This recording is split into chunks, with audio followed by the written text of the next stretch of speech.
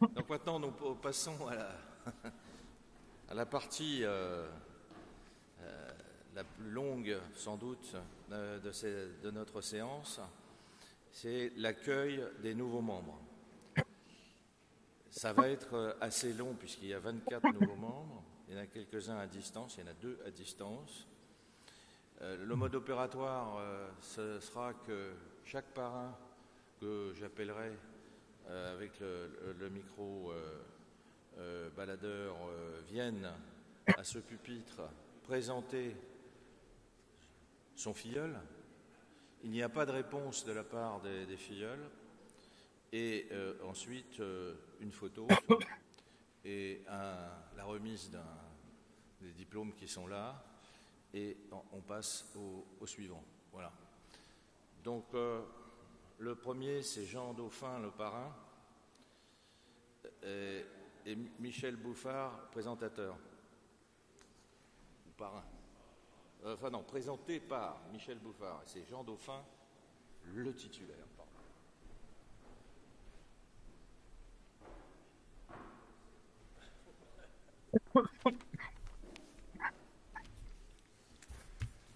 Bonjour à tous.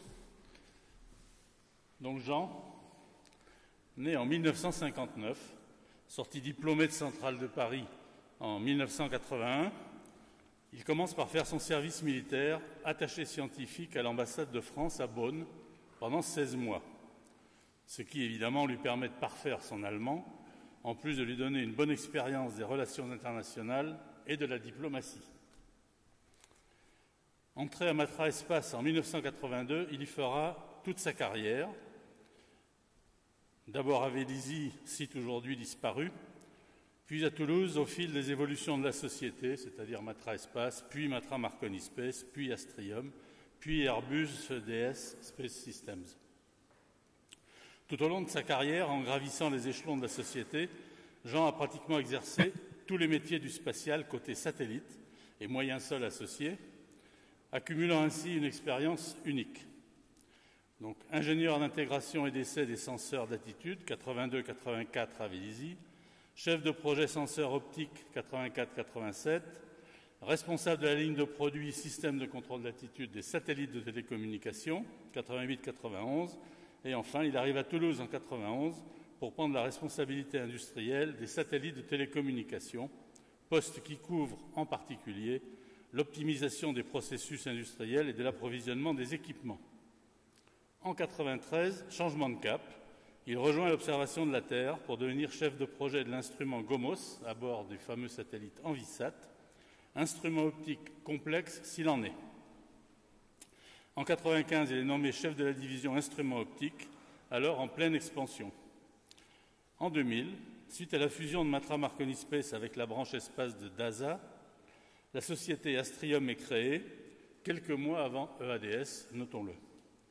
Et là, outre son expérience et ses qualités propres, sa connaissance de l'Allemagne le conduit à Friedrichshafen, nommé directeur des opérations, puis directeur des opérations et du développement auprès du vice-président Earth Observation and Science.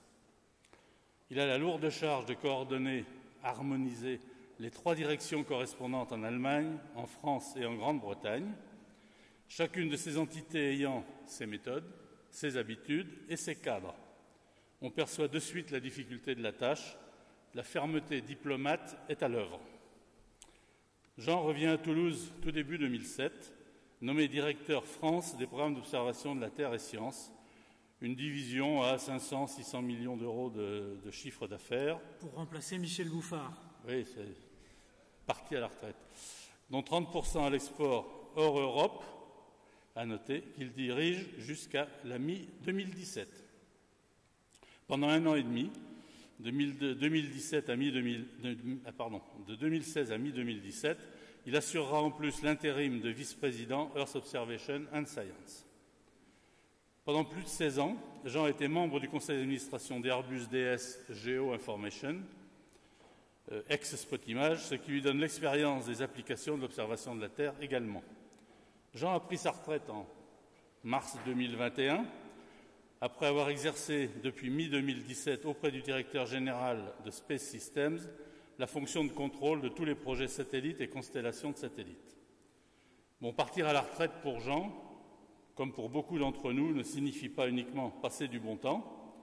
En mars 2021, il crée sa société de conseil en management avec une devise, « Think bright and act accordingly », des sujets de prédilection, l'innovation de rupture, la gestion du risque, et une méthode, Vigorous, que je ne connais pas, j'avoue, Vigorous Project Evaluation. En septembre 2022, il s'engage dans le monde des Business Angels, membres fondateurs et investisseurs de Aerospace Angels, où il coordonne le processus de sélection des startups à soutenir financièrement. Gageons qu'il s'appliquera à nous expliquer, gageons qu'il y appliquera les méthodes d'analyse de sa société de conseil, et je suis sûr qu'il se fera un plaisir de vous expliquer en détail tous ces aspects lors de son discours d'intronisation. Et vous me direz, les loisirs dans tout cela. Il n'oublie pas, et Jean est un pratiquant assidu des balades en moto et des sports de voile.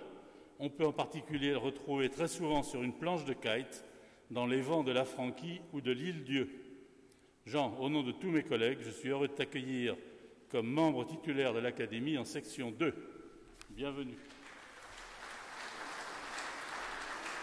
Merci Michel.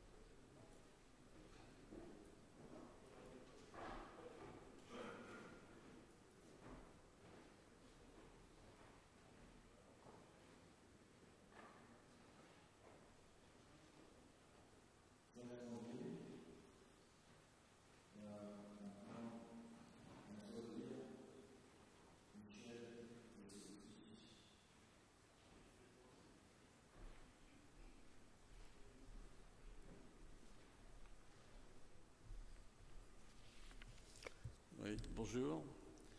Michel est entré à l'Académie comme membre correspondant en 2021. J'ai aujourd'hui le plaisir de l'accueillir comme titulaire.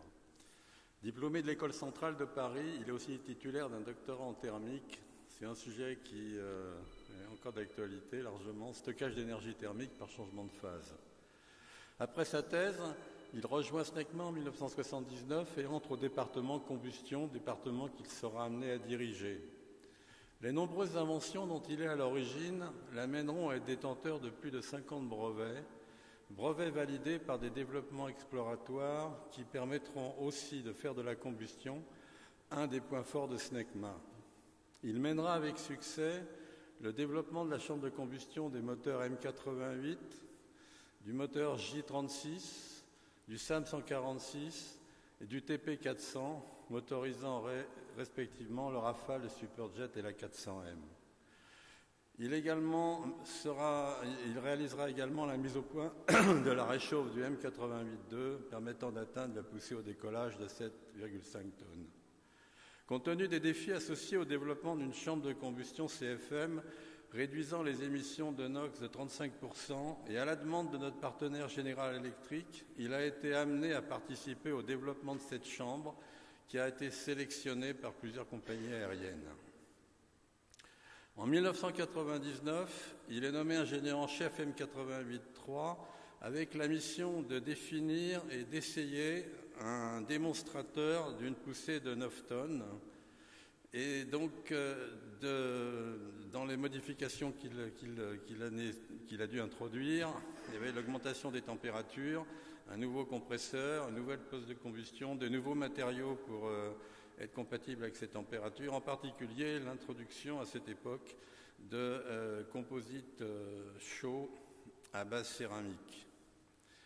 Les leçons tirées de cette expérience de démonstration ont été utilisées pour améliorer les performances du M88-2 et feront l'objet d'une certification ultérieure et de sortir un modèle M88-D4E qui permettait en particulier de réduire les coûts de maintenance du moteur et de réduire le temps entre dépôts de 50%. En 2005, il est chargé des études avant-projet des nouveaux moteurs et il va amener 2 études importantes. La première, le SMX, un moteur de 6 tonnes de poussée, nouveau projet moteur compact, pas lourd, économique, plutôt orienté vers les avions d'affaires. Le principal challenge résidant dans la mise au point des parties chaudes de petite taille et des systèmes de refroidissement associés.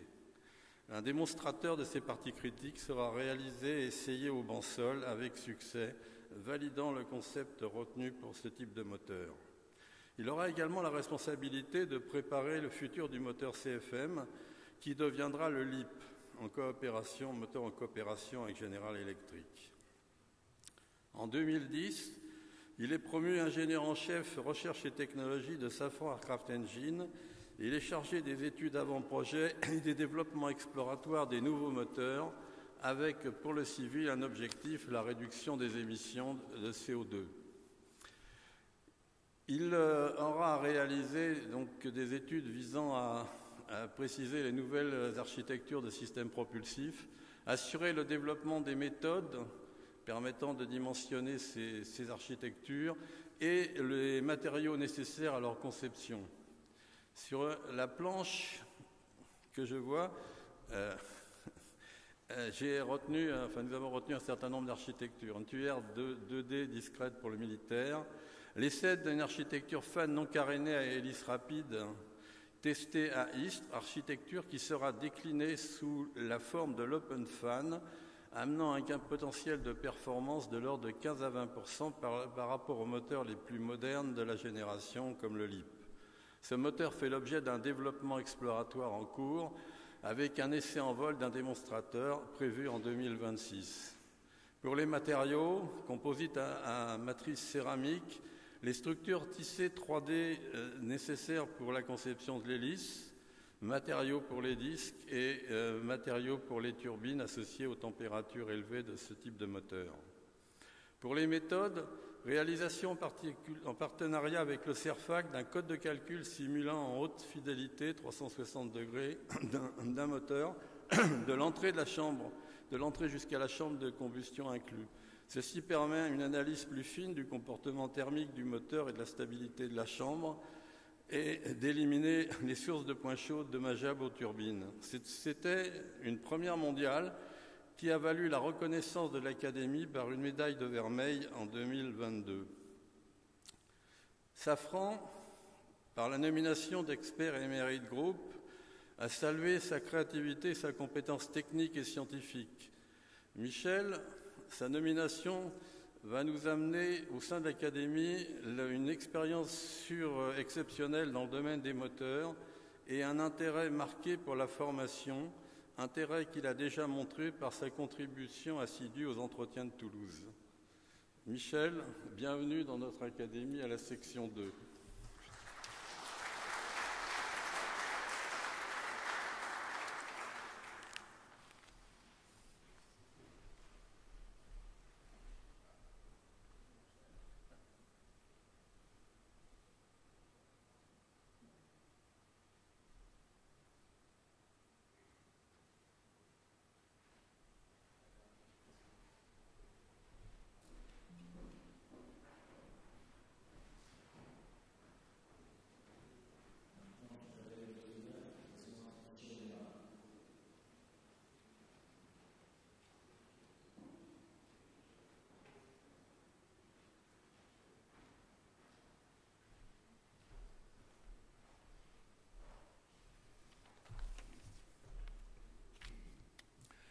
Michel Aymard est diplômé des arts et métiers et de fait c'est un amoureux de la technologie, de toutes les technologies je crois, comme on en fait trop peu. Il a assouvi cette passion dans 3 entreprises successives.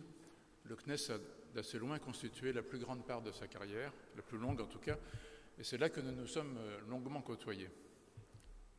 Mais il y a d'abord EDF avec le nucléaire, à la grande époque du nucléaire, une brève mise en jambe, car 2 ans plus tard, en 1982, il rejoint donc la direction des lanceurs du CNES à Évry.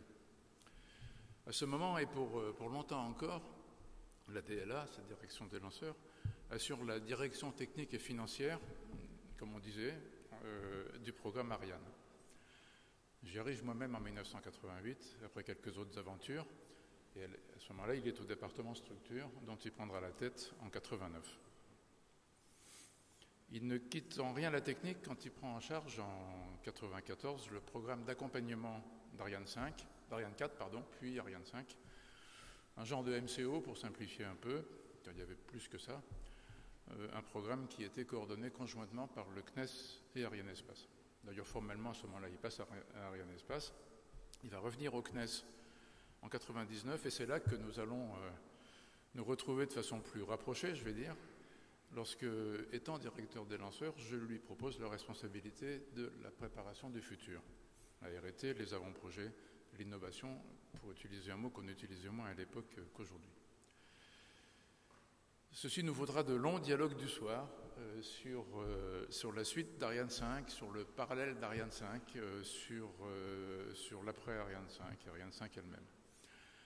Michel avait entre-temps élargi ses compétences à l'ensemble des technologies essentielles des lanceurs, en partant des structures, et avait compris dès l'abord l'importance de l'approche système qui y est pratiquée et qui lui a toujours été très chère. Nous l'avons tous expérimenté. Un passage dans le monde des lanceurs, même plus bref que le sien, marque à jamais la conception que l'on se fait de l'ingénierie. Comme je quitte le CNES fin 2003, Michel va fort naturellement me succéder un an plus tard, sans cesser de mettre la technique au poste de commande. Il restera à ce poste plus de 10 ans jusqu'à la mi-2015, c'est ça, hein, ce qui fait de lui le directeur des lanceurs, j'ai vérifié, à la plus grande longévité. On peut l'affirmer puisque la liste en est désormais close après 50 ans d'existence. Il a l'air très calme comme ça, et il l'est, mais dans les discussions, il s'échauffe, se fait ardent pour convaincre, sans jamais devenir agressif envers quiconque, du moins j'en ai pas le souvenir. Il reviendra dans cette fonction d'assurer le retour en vol d'Ariane 5 ECA après le douloureux échec du vol 517, ce qui fait avec courage, patience et succès, mais aussi d'assurer l'installation de Soyouz à Kourou, de contribuer au développement de Vega, en particulier avec le premier étage P80 à poudre, mais aussi d'autres contributions, d'adapter Ariane 5 à des lancements spécifiques comme l'ATV et quelques autres, ce qui était compliqué, de lancer les avant-projets d'Ariane 6, et il faudrait citer bien d'autres choses encore. Il participe à la recherche et à la construction aussi d'une nouvelle relation entre l'ESA, l'industrie, le CNES, qui se conclura en 2014 avec Ariane Group, l'organisation Ariane 6, etc. Alors en 2015, Michel, gorgé d'aventures spatiales, rejoint l'industrie et l'aéronautique, c'est-à-dire le groupe Safran, dont il devient le CTO, le directeur technique. Le voilà de rechef au cœur de la technologie. Il s'agit de coordonner, N direction technique des sociétés du groupe. Il y a de quoi faire. Je ne citerai pas tous les domaines concernés, vous les connaissez, vous connaissez les domaines d'activité de Safran. Vous le voyez même ici, dans une réunion de maîtrise des risques, où la satisfaction de voir un peu de mixité s'instiller dans l'aéronautique se lit sur son visage. Il prend sa retraite fin 2020, mais ne s'arrête pas là. Enthousiasmé par la transmission des savoirs, il prend entre autres choses la présidence de Planète Science, l'association, c'est l'ancienne ANSTJ, ça fait déjà pas mal de temps que le nom a changé, association en réseau qui propose aux jeunes de 7 à 25 ans des activités dans les domaines de l'astronomie, de l'espace, du numérique, de la robotique et de l'environnement, où je vous recommande d'envoyer vos enfants ou vos petits-enfants, les arrière-petits-enfants pour les plus chanceux d'entre vous. Ils pourront par exemple y réaliser des micro-fusées. C'est une activité très porteuse en ce moment, ça se voit même chez les pros. Nommé correspondant de l'Académie en 2021, le voici rapidement devenu membre en section 2, car il a tout de suite contribué à nos travaux dans la commission énergie-environnement. Bienvenue donc Michel, nous avons encore une fois le monde à refaire ensemble et au sein au sein de cette section 2 et d'autres groupes de travail, comme autrefois dans ton bureau d'Evry, et ce sera pour moi toujours un plaisir. Pour finir, je vous laisse rêver un instant avec Michel, un rêve encore inaccompli, mais il n'est jamais trop tard, avec par exemple le tourisme spatial ou autre solution.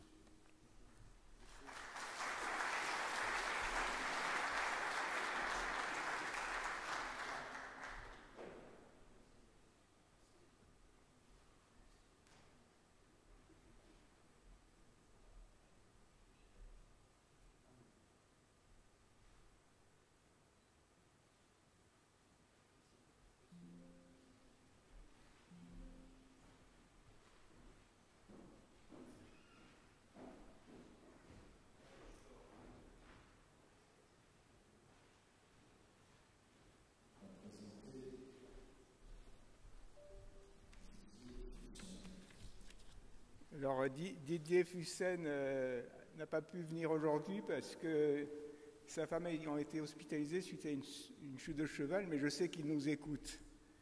Donc Didier Fussen, de nationalité belge, a une formation de physicien. Il fait ses études à l'Université catholique de Louvain, où il obtient en 1988 un doctorat en physique atomique. Il rejoint cette même année l'Institut d'aéronomie spatiale de Belgique, où il effectue l'ensemble de sa carrière et où il devient responsable du groupe Sondage Olympe atmosphérique et chef du département Rayonnement solaire en atmosphère, jusqu'à la date officielle de sa carrière, la date officielle de sa retraite en janvier 2023. Bon, il poursuit actuellement une activité scientifique au sein de ce laboratoire à temps partiel au sein de ce même département. Il a développé une grande expérience de l'analyse numérique et du développement d'algorithmes pour les problèmes d'éversion liés à la télédétection spatiale de l'atmosphère, en particulier pour les expériences d'occultation au limbe atmosphérique. Il a travaillé sur le traitement des données de plusieurs expériences spatiales, dont notamment l'expérience GOMOS qui a déjà été évoquée précédemment. Cette expérience étant destinée à l'étude de la photochimie stratosphérique et était embarquée sur la plateforme européenne Envisat. C'est dans ce cadre que j'ai eu le plaisir de faire sa connaissance dans les années 1990 et c'est devenu depuis un collègue et un ami. Il s'intéresse également à toutes les questions théoriques liées aux problèmes d'éversion spectrale et verticale.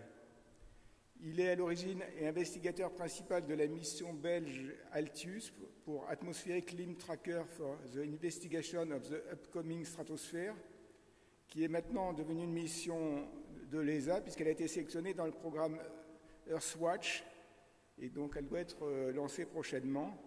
Cet instrument de télédétection sera embarqué à bord d'un microsatellite pour réaliser l'imagerie du limbe atmosphérique dans le domaine UV visible proche infrarouge, en particulier pour la détermination de l'ozone stratosphérique et des variables associées. Il est auteur de plus de 150 articles dans des revues internationales à comité de lecture et il s'est investi dans plus de 40 projets scientifiques au cours de sa carrière.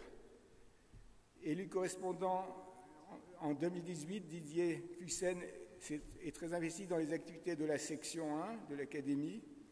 Il est également membre de la commission des prix et médailles et il participe à la réflexion sur le projet de colloque de l'Académie sur l'intelligence artificielle. Donc bienvenue Didier, comme membre titulaire de la section 1.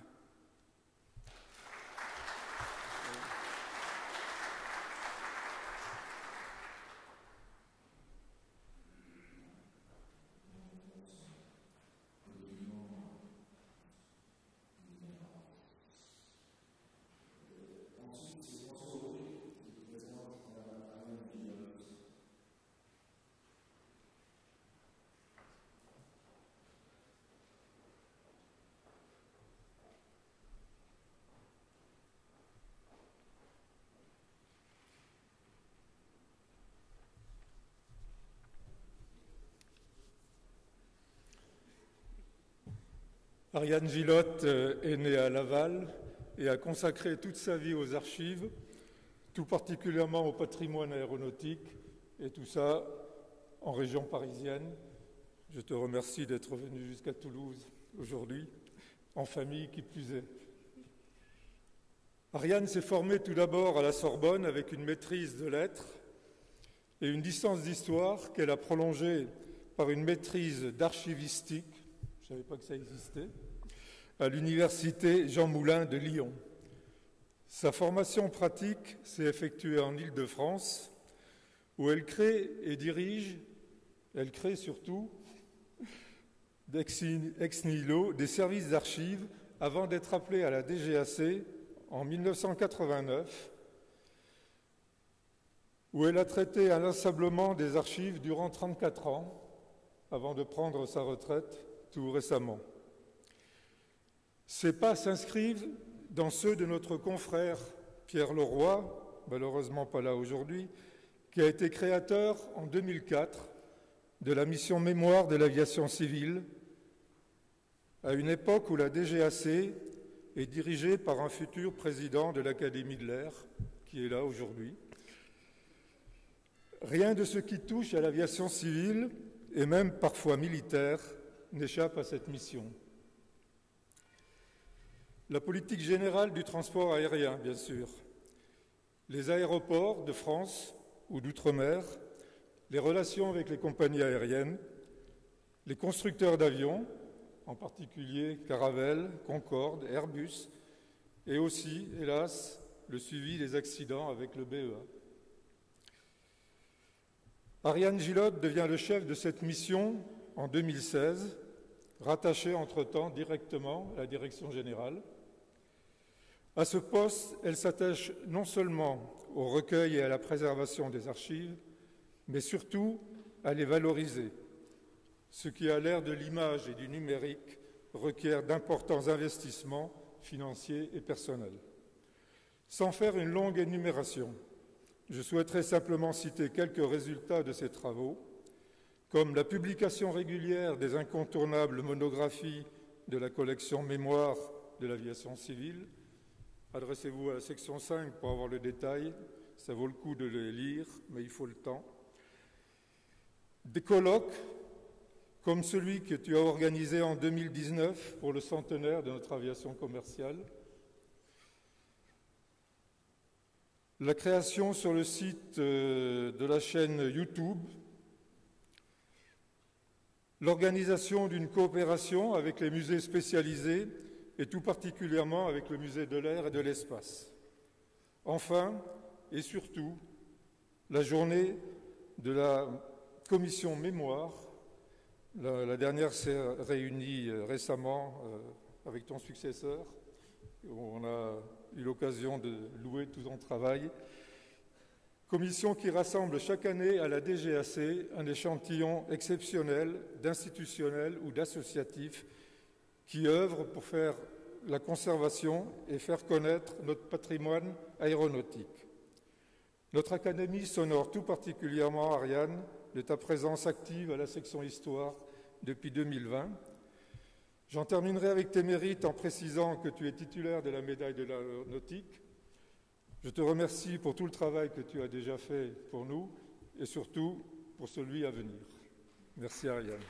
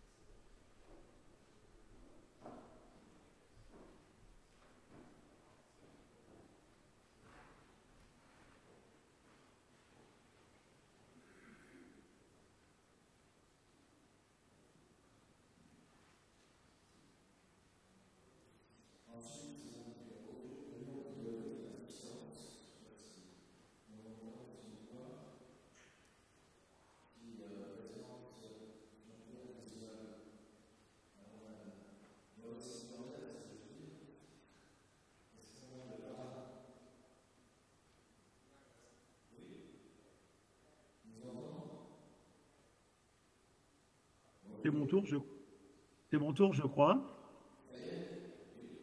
Voilà. Alors, mon nom est Roger Oyon, section 1, membre titulaire, membre honoraire même. Je suis désolé de ne pouvoir être parmi vous.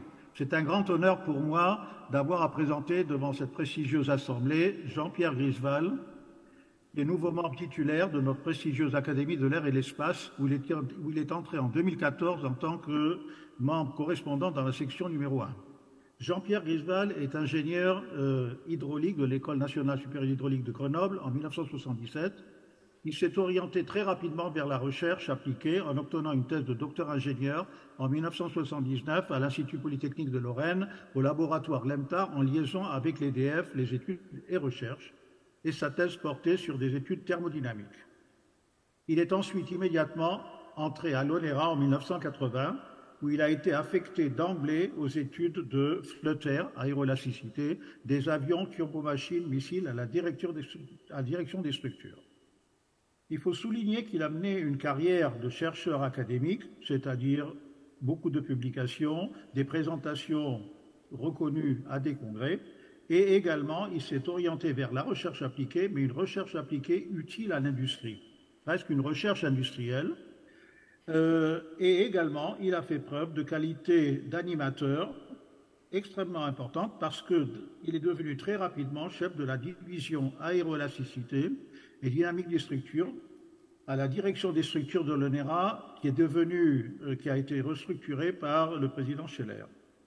Ensuite, en juillet 2007, sur l'instigation de mes confrères Tassad Doukan, qui était directeur de la direction des matériaux et des structures de l'ONERA, Michel de Glignassi, qui était le directeur scientifique général de l'ONERA, et du regretté président Denis Mogard, il est devenu directeur du département aéroélasticité et dynamique des structures de 2007 à 2017.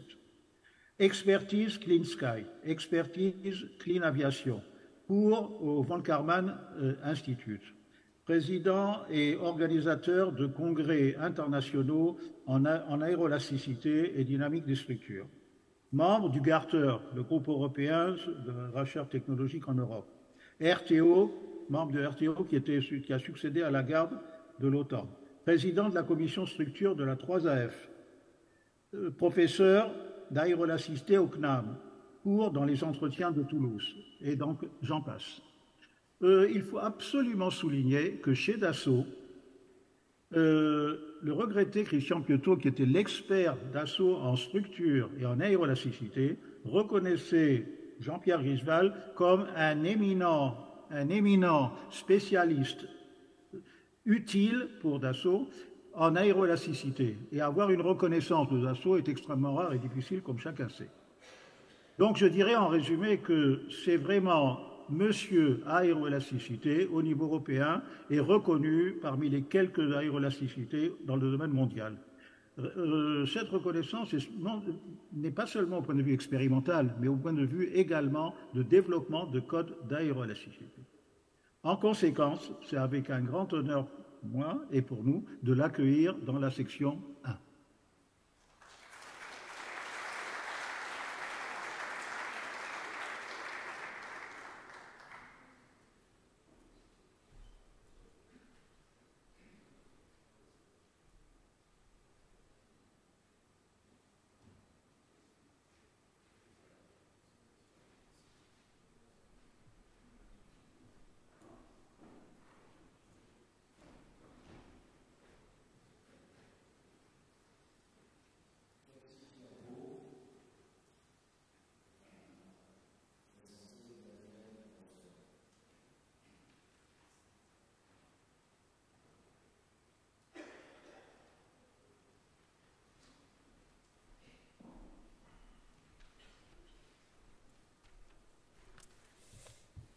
Alors, bonjour à tous et à toutes. C'est avec grand plaisir que je vais vous présenter la candidature de Danielle Hauser. Donc, je la connais bien parce qu'elle a été ma directrice de labo au LATMOS. Elle est directrice de recherche émérite depuis pas très longtemps.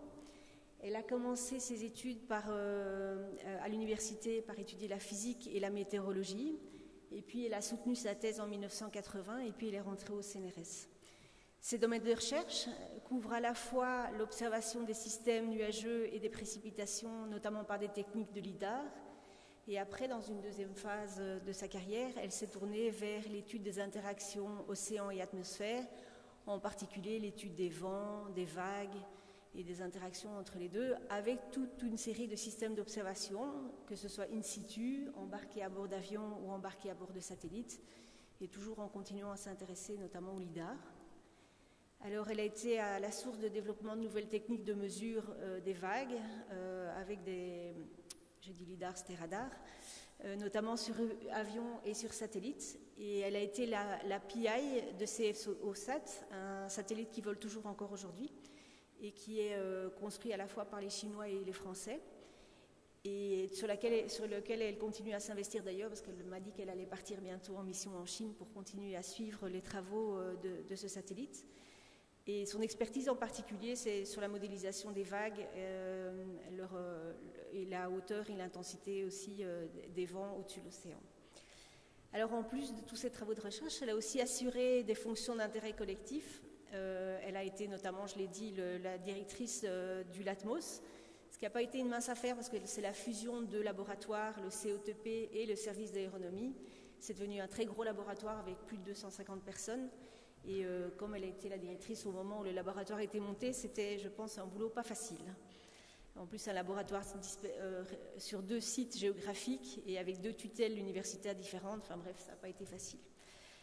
Et en parallèle de ça, elle a été aussi directrice scientifique adjointe à l'Institut national des sciences de l'univers, où elle s'est occupée notamment des services d'observation nationaux. Ben voilà, Daniel, merci de rejoindre notre académie et en particulier de devenir membre de la section 1.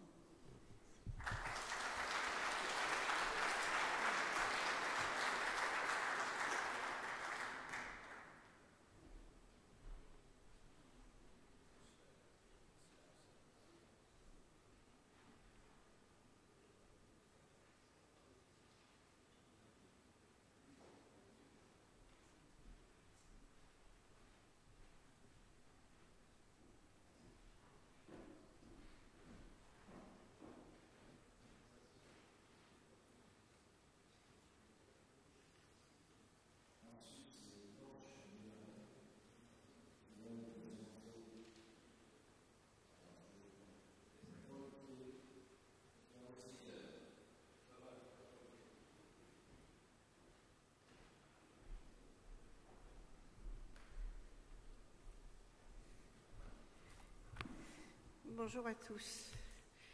Le docteur ingénieur Klaus-Dieter Palke, né en 1960 et diplômé en mathématiques de l'Université de Hanovre, docteur en sciences aéronautiques de l'Université de Braunschweig. Ce spécialiste de Computational Fluid Dynamics a fait avancer de façon très significative les méthodes numériques dans les descriptions des phénomènes instationnaires sur les hélicoptères complets. Il entre au DLR où, dès 1987, il est très tôt impliqué dans la coopération ONERA-DLR sur les hélicoptères, DLR-ONERA, sur les hélicoptères dans la conception de l'industrie et en coordination avec l'industrie, à l'époque, Eurocopter France et Eurocopter Allemagne, comme responsable des méthodes numériques. Cette coopération a permis l'invention brevetée de l'appel Erato, qui est devenue la Blue Edge en grandissant et qui vole aujourd'hui sur l'H160, mais je crois qu'on en reparlera. Klaus-Dieter a publié plus d'une centaine de papiers scientifiques de haute qualité et prend une part active à des tables rondes internationales. Il a aussi des activités d'enseignement et est membre de jury de thèse. À partir de 2006, il a été pendant 14 ans le co-responsable allemand de la coopération DLR-ONERA, couvrant tous les domaines de recherche liés aux hélicoptères des 2 centres de recherche nationaux. Durant toutes ces années, je crois qu'on peut dire que nous avons formé un binôme efficace et réactif vis-à-vis d'une équipe de chercheurs allemands et français motivés et très performants. Klaus-Dieter Palke est aussi très actif dans les groupes de travail internationaux en Europe, aux États-Unis, au Japon, en Chine. C'est plus tellement politiquement correct de dire Chine, mais quand même. Il a aussi travaillé dans des groupes de travail OTAN, AVT et Garter. Il y a une photo d'ailleurs d'un groupe Garter là. Il est membre du comité technique de la Vertical Flight Society, spécialisé dans la dynamique, ton groupe est dynamique, de la DGLR, du CEAS. Il est membre de l'International Committee de l'European Rotorcraft Forum Et cette année, il a été le président du comité d'organisation du 49e ERF en Allemagne, son 3e dans cette fonction. Pour tenir tout cela, Klaus Dieter prête beaucoup d'attention à sa famille et à ses amis. Et je salue Karine, ici présente, qui a fait le déplacement pour venir assister à cette cérémonie. Et ils ont tous les deux une très belle famille, voilà, 4 fils, 7 petits-enfants, et tout ça tout en travaillant avec beaucoup d'efficacité. Et ils sont tous musiciens. Nous avons accueilli Klaus Dieter Palke en 2021. Il s'est intégré immédiatement au petit groupe des hélicoptéristes qui préparait le forum vers de futurs programmes d'hélicoptères militaires en Europe. Nous apportons une aide importante pour trouver les interlocuteurs clés du côté allemand. Il avait la responsabilité de la cession des technologies disponibles, notamment celles développées dans le cadre de Clean Sky. Il a, dans la continuité, été le co-rédacteur de l'avis 17 et accueilli lors du dernier congrès européen sur les hélicoptères un workshop à Haye sur les recommandations contenues dans notre avis pour les programmes en coopération dans le domaine militaire. Nous sommes heureux d'accueillir le Dr Klaus Dieter Palke pour ses qualités scientifiques, son ouverture à la coopération internationale et son esprit européen. Bienvenue Klaus Dieter.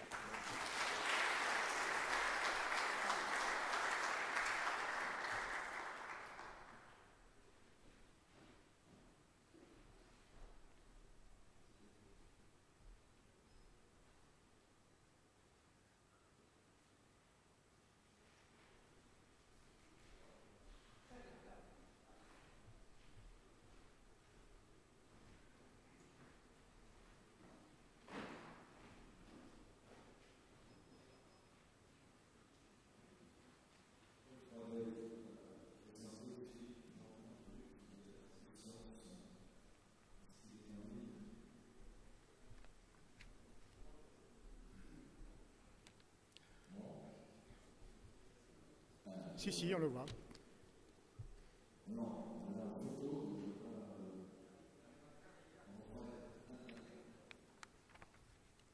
Bonjour à tous. Il devait être en vidéo, oui.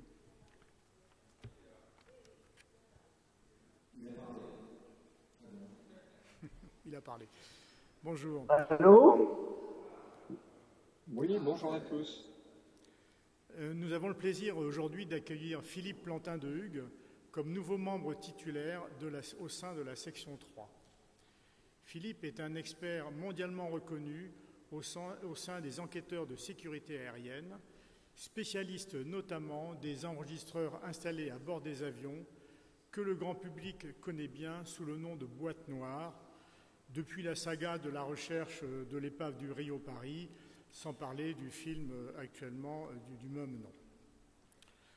Après avoir obtenu son doctorat en mécanique des fluides en 1991, Philippe a travaillé pendant 1 an à la NASA Ames Research Center, puis a rejoint le département technique du BEA en 1993 en tant que spécialiste en analyse acoustique. Vous savez, ce sont ces techniciens un petit peu comme les oreilles d'or des sous-marins qui essaient de détecter dans les sons enregistrés à bord des avions tous les indices qui pourraient permettre de mieux comprendre la survenue de l'accident. À ce titre, il a participé à plus de 800 enquêtes internationales impliquant la France à travers le monde, sur les continents, sur les océans, et même parfois dans les fleuves. En 2013, il est devenu conseiller aux affaires internationales du BEA, dont j'étais alors le directeur. Philippe est ou a été président ou membre de divers groupes de travail internationaux OACI ou Orocae et a reçu à ce titre plusieurs témoignages de reconnaissance, mais aussi des médailles françaises et étrangères. Je crois que vous aviez, Philippe, quelques vidéos, quelques images à nous présenter. Elles ont été transmises à l'AE pour présentation. Bon, je crains qu'on ne les voit pas. Philippe a été reçu comme correspondant à l'Académie mi-2011 et il dirige maintenant le groupe de travail entre l'Académie et la DGLR. Alors voilà, je reviens un petit peu en arrière. Ça, c'est un article paru dans la presse russe suite à la recherche par le BEA de l'épave d'un vol qui s'était abîmé au large de Sotchi en 2006.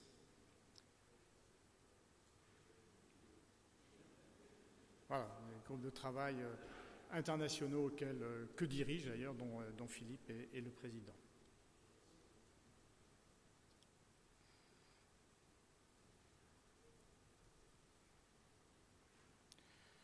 Alors, ce groupe de travail a pour objectif de développer des systèmes de prévention de collision en vol dédiés aux avions d'aviation légère. Ces systèmes sont installés sur les avions de ligne, ils ne conviennent pas sur les avions légers. Il existe certains systèmes, mais aujourd'hui ils ne donnent pas satisfaction. Et donc le projet est de développer un système qui puisse convenir à l'ensemble des avions de l'aviation légère, mais peut-être aussi des drones. Alors cette activité suscite beaucoup d'intérêt car ça pourrait bien sûr améliorer sensiblement la sécurité aérienne avec le développement de systèmes et de procédures qui éviteraient des collisions ou quasi-collisions en aviation générale, qui représentent actuellement à peu près 80 événements en France et en Allemagne dans les 20 dernières années. Philippe, en tant que membre d'une autorité d'enquête, fait aussi le lien avec les autorités d'enquête étrangères, Royaume-Uni, Allemagne, États-Unis, afin que les travaux du groupe puissent être utiles à d'autres États. Il coordonne aussi en parallèle les travaux du groupe avec l'AESA et l'Eurocae. Il pense que la grande expertise des membres du groupe de l'Académie et la DGLR peut contribuer à l'aboutissement des travaux des groupes internationaux AESA et Eurocae. L'implication de Philippe permettra donc de renforcer l'action de l'Académie en matière de sécurité aérienne par une plus grande synergie avec les autorités et organismes internationaux œuvrant en ce domaine.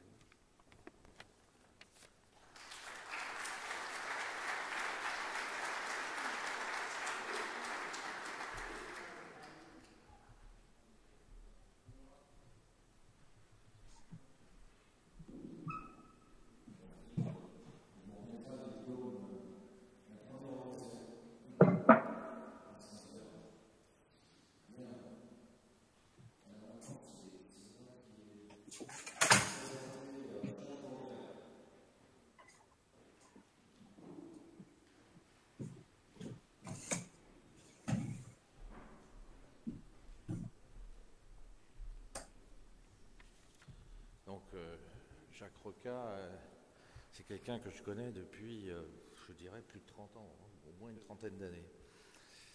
Jacques, après des études de droit effectuées à l'Université de Toulouse, Jacques rejoint l'Assemblée nationale comme jeune assistant parlementaire. Entre 1986 et 1995, il y travaille 4 ans pour y découvrir les rouages et mécanismes de la vie politique française. Durant ses 10 premières années de vie professionnelle, il participe à la création de plusieurs start-up, majoritairement dans le secteur de la communication. De 1995 à 1997, il fut membre du cabinet du ministre de l'Équipement et des Transports de l'époque, qui était Bernard Pons, si je me souviens. C'est à cette époque, d'ailleurs, que nous nous sommes rencontrés. Il rejoint ensuite l'aérospatiale, puis revient à Toulouse en l'an 2000 comme directeur de la communication d'Airbus France dans l'équipe de Jean-Claude Chaussonnet. Le programme A380 vient juste d'être officiellement lancé et Jacques en accompagne la communication pendant les 20 années suivantes. Il co-dirigera notamment le service de presse d'Airbus, lui valant désormais de bien connaître la presse aéronautique. Il restera chez Airbus jusqu'en juillet 2021 avant de créer sa propre société de conseil en communication. Jacques s'est notamment illustré chez Airbus par la mise en place du département héritage qui veille à la valorisation et à la sauvegarde du patrimoine aéronautique. Il s'est impliqué beaucoup dans la réalisation du musée Aéroscopia, jusqu'à faire signer une pétition sous forme de carte postale pré-remplie à plus de 8000 salariés d'Airbus pour faire pression sur le Grand Toulouse à l'occasion du 40e anniversaire du premier vol Concorde. Alors, il y avait peut-être la photo, peut-être sur la droite. Jacques poursuit son engagement pour la sauvegarde et la valorisation du patrimoine aéronautique. Il est depuis 8 ans membre du conseil d'administration et du conseil scientifique du Musée de l'air et de l'espace de Paris-Le Bourget. Il apportera à l'Académie sa connaissance du monde des médias et son expérience en matière de communication est affectée à la section 4.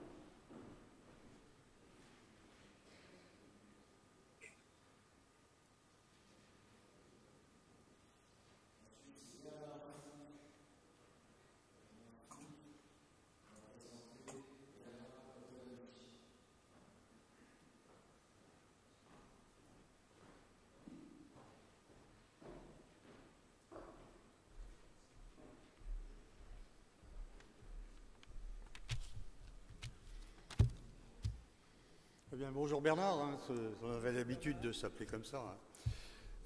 Diplômé de super-héros en 1975, Bernard Antani travaille tout d'abord chez Sfena.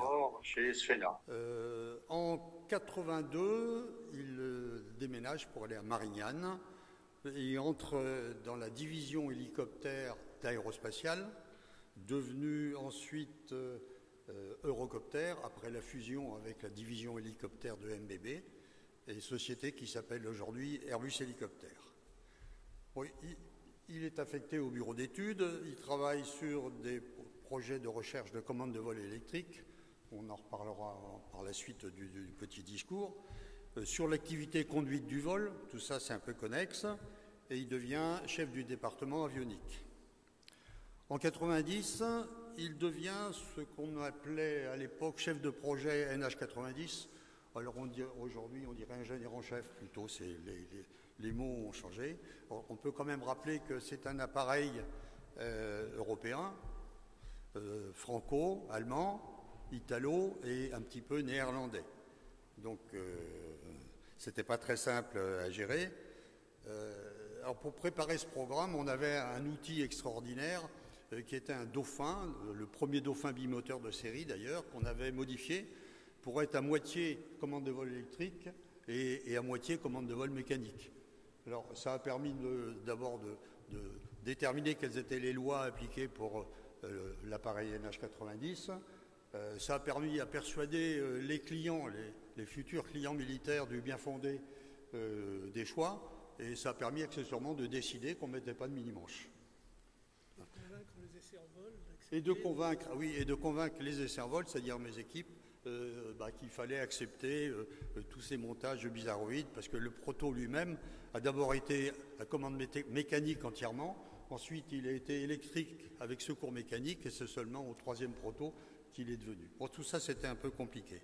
Enfin, ceci étant, l'appareil a quand même eu, je crois aujourd'hui, 700 commandes ou quelque chose comme ça, je ne sais pas très bien, mais avec les malheurs des coopérations européennes, pour un premier vol effectué en 1995, les premières livraisons ont eu lieu 10 ans plus tard. Donc ça montre bien la complexité de ce genre de programme. Et accessoirement, on a une vingtaine de versions pour 70 machines.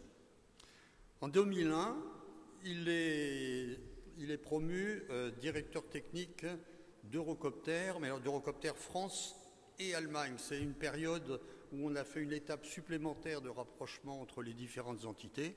À cette époque, moi aussi, je suis devenu directeur des essais en vol France et Allemagne. Donc ça, c'était une époque extrêmement intéressante. On s'est rendu compte que passer d'une société dont on est actionnaire à une société où on a un rôle hiérarchique, où on définit les investissements et où on donne les augmentations des gens, ça change pas mal les choses. Donc, en faisant ça, en ce moment, tu as eu une configuration, tu avais à peu près 1200 personnes. Donc, ça commence à faire. En 2008, eh bien, il quitte Marignane pour aller à Toulouse, comme l'avait fait quelques années avant Alain Cassier. Hein. Et là-bas, il devient directeur du centre de compétences système. Alors, il passait à 2000 personnes à peu près, et puis il a travaillé sur les programmes que vous connaissez tous à Toulouse, le 350, la 400 et les appareils Néo. Voilà. Il prend sa retraite en 2017, il retourne s'installer, enfin il était resté installé dans la région d'Aix. Il prend sa retraite en 2017, il rentre comme correspondant à l'Académie 3 ans plus tard, et aujourd'hui on a le plaisir de l'accueillir comme membre titulaire. Bienvenue Bernard. Merci Bernard.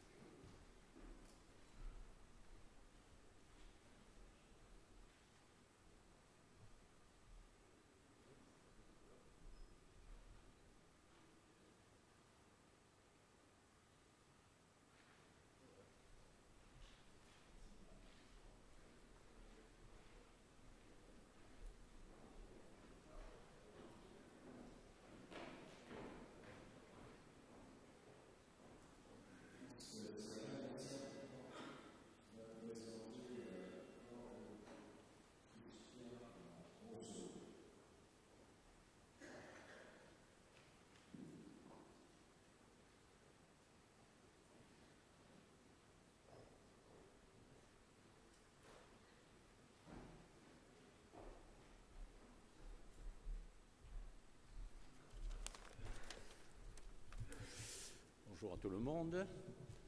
Last but not the least. Alors, une première remarque, je suis désolé, je vais vous lire un discours de bienvenue qui a été rédigé par Jürgen Kleiner, qui est son parrain numéro 1 et qui a été rédigé en anglais. La bonne nouvelle pour vous, c'est que compte tenu de mon fabuleux accent en anglais, vous n'aurez pas de mal à me comprendre.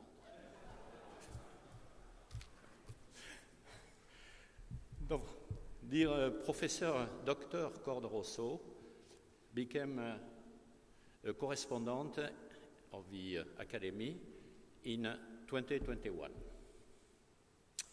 Although still in a challenging leadership position as director of the DLR Institute of Aerodynamics and Flow Technology and professor at the Technical University of Braunschweig, he contributed very much from the start to the work of the common work between the Academy and the DGLR in preparing a lot for writing our opinion number 11. His deep knowledge and experience in the field of aerodynamics and all of his facets is widely appreciated. Without any doubt, Professor Rosso is one of the leading aerodynamic experts in Europe, highly recognized by both the academy community and the industry one. Cord Rosso spent his professional life at the DLR. Although never having worked in an aeronautical company, he has a deep understanding and the high regard of the aviation industry gained through numerous common research programs at national and European level. Professor Rosso has been the Spiritus Rector of Advanced Computational Fluid Dynamics course, starting from the DLR TAU and leading to the most modern DLR Onera Airbus CODA code. These tools have been a basis for the successful Airbus designs. Having studied for some time at Super-Aero in Toulouse and worked intensively with Onera, Cord Rosso has good relationship with French institutions.